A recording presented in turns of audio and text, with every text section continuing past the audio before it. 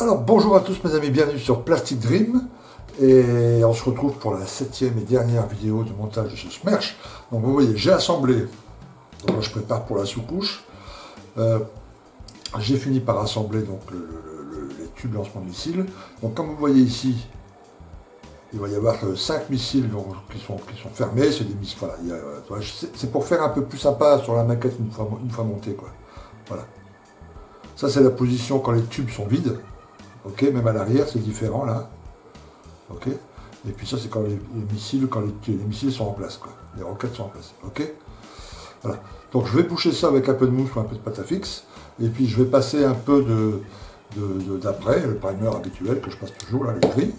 Et puis ensuite un coup de verre russe. Et puis voilà. Ensuite j'aurai un peu de travail d'éclaircie à faire. Le vernis, le jus, les décals, les jus. Et puis ça sera presque terminé. Hein, ok. Donc allez, j'attaque la pâture et on se retrouve tout de suite après.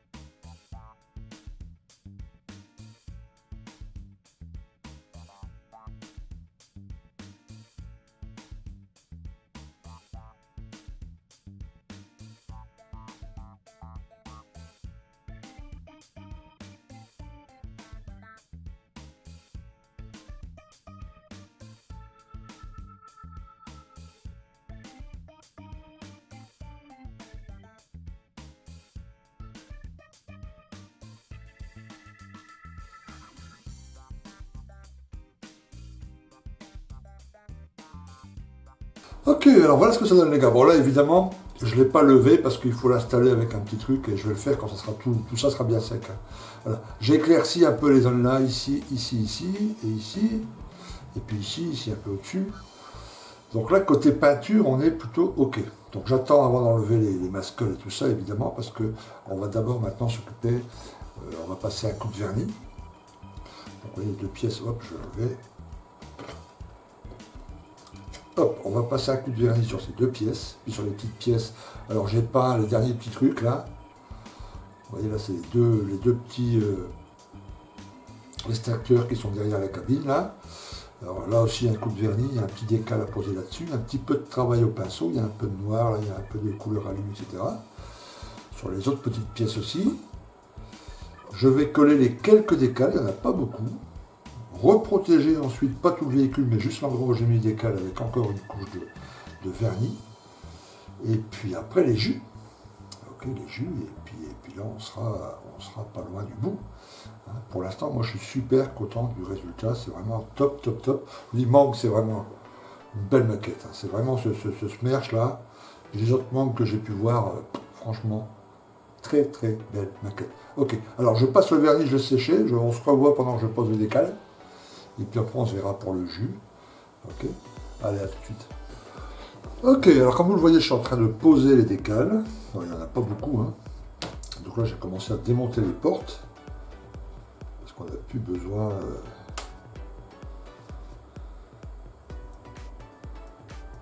hop voilà.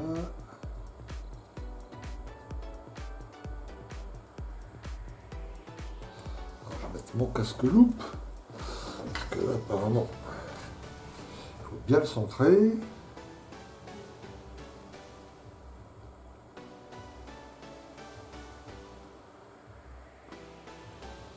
Voilà.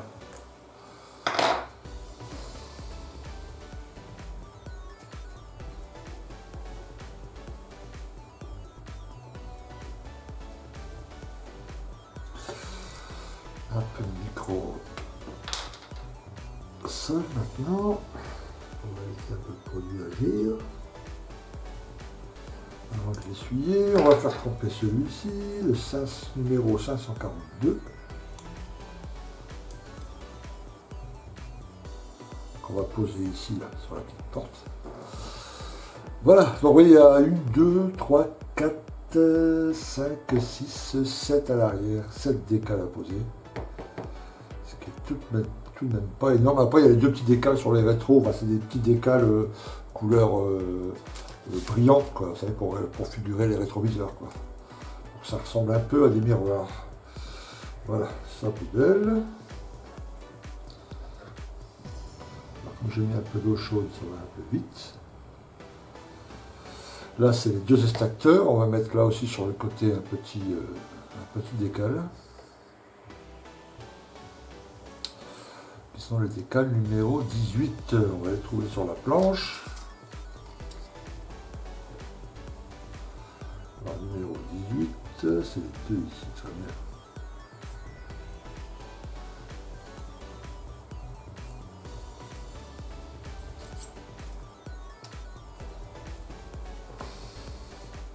Donc côté décal, voilà, c'est pas le fantôme quoi. Il n'y a pas 280 décals à poser. Ça va plutôt vite. Voilà, ensuite après on peut commencer à tapoter.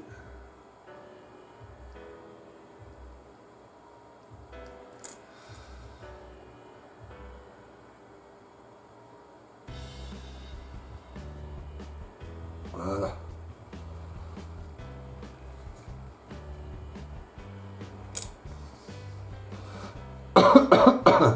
Bon, c'est logique que sur ce genre de véhicule, il n'y ait pas 36 tonnes de décal. Hein. Ok, alors j'ai fini de poser les décals, je repasse un coup de vernis, je laisse sécher 24 heures et puis on se retrouve ensemble pour le jus. Ok, alors la deuxième couche de vernis a été passée, et là maintenant on va faire les jus. Alors, comme d'habitude, moi j'ai l'habitude de faire mes jus moi-même, donc là j'ai récupéré une bouteille de colle, de l'essence à briquet Zippo et de la peinture à l'huile terre de sienne brûlée. Et une pointe de noir d'ivoire. Voilà, pour que ça soit un peu sombre. On secoue bien, on mélange bien. Alors ce qui est intéressant là-dedans, c'est que voilà, ça se mélange facile quand je le mets dans les petits récipients comme ça. Puis il y a toujours le petit pinceau après quand je veux faire des petits pin wash et tout ça. Alors vous voyez la différence? Là, cette partie-là est faite, celle-là, celle-là. Celle-là n'est pas faite. Vous voyez, on voit bien la différence. Alors je vais vous montrer la technique. Bon, celui-là, je le ferai après.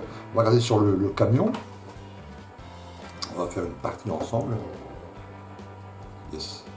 Ok. Donc on mélange bien. Hein, il faut que le pigment de l'huile soit bien mélangé. Tiens, on va faire le dessus là. Ok. Alors en premier, je passe un peu de. On va le mettre ici, zou. Voilà. Je mélange bien à chaque fois et j'y vais généreusement.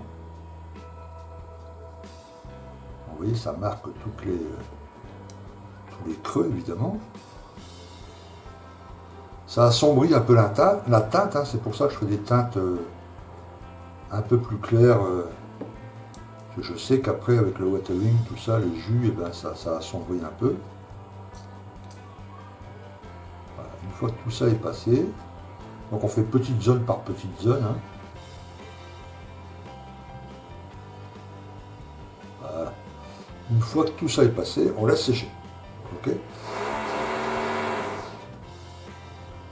La perceuse, le voisin à la perceuse. Ok, donc je disais oui, on laisse sécher. Ok, alors quand je travaille sans faire de vidéo, je fais des zones un peu plus grandes. Par exemple là, je ferai toute la cabine avec le côté. Là, je vais vous montrer juste le dessus pour éviter d'avoir une vidéo de. C'est pas possible.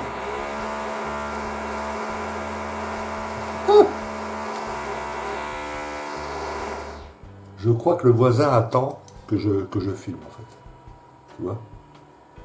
Il doit avoir une caméra cachée quelque part, hein, et quand il voit que je filme, il se dit allez vas-y, sors la porte, sors la perceuse.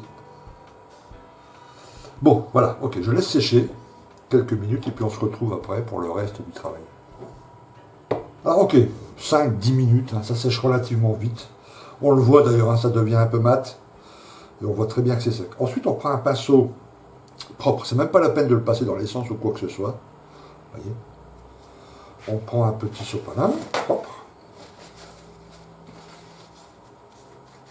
Et puis on va fondre le travail, c'est simple. Hein.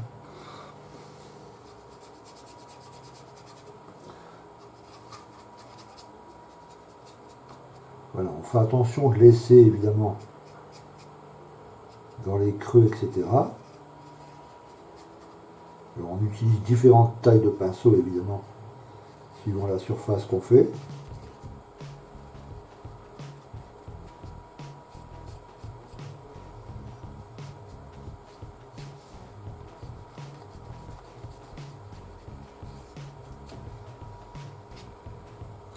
Voilà, alors c'est important de regarder souvent sous différents angles évidemment.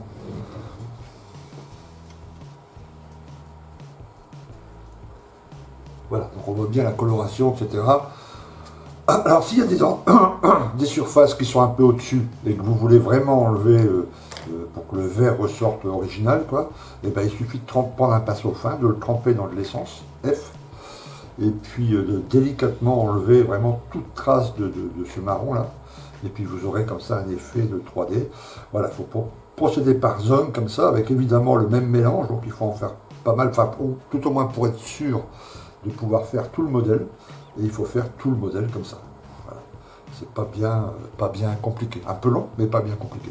Alors je vais terminer tout ça, je vais faire tout le modèle, et puis on se voit après, parce qu'après il y a encore 2-3 petites choses à faire évidemment. Ok, à tout de suite.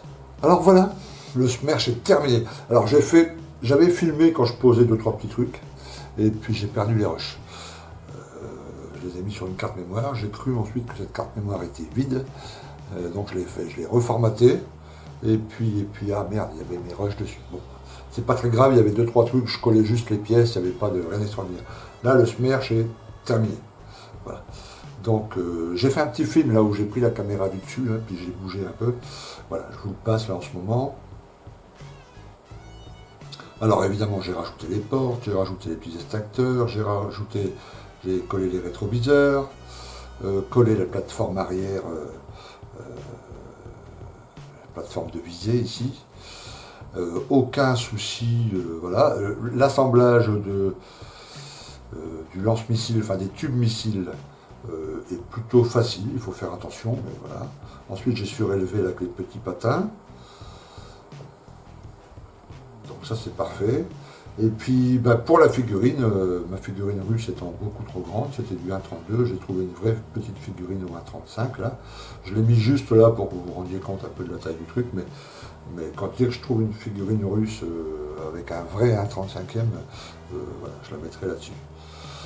Donc voilà, alors belle maquette. Si vous hésitez avec le smerch, ben, n'hésitez plus parce que c'est vraiment une belle maquette. Ça a pris du temps, hein. Moi ça m'a pris beaucoup de temps. Beaucoup de possibilités, on peut le faire en position de tir, on peut le faire capot moteur ouvert, enfin il y a des tas de possibilités là-dessus.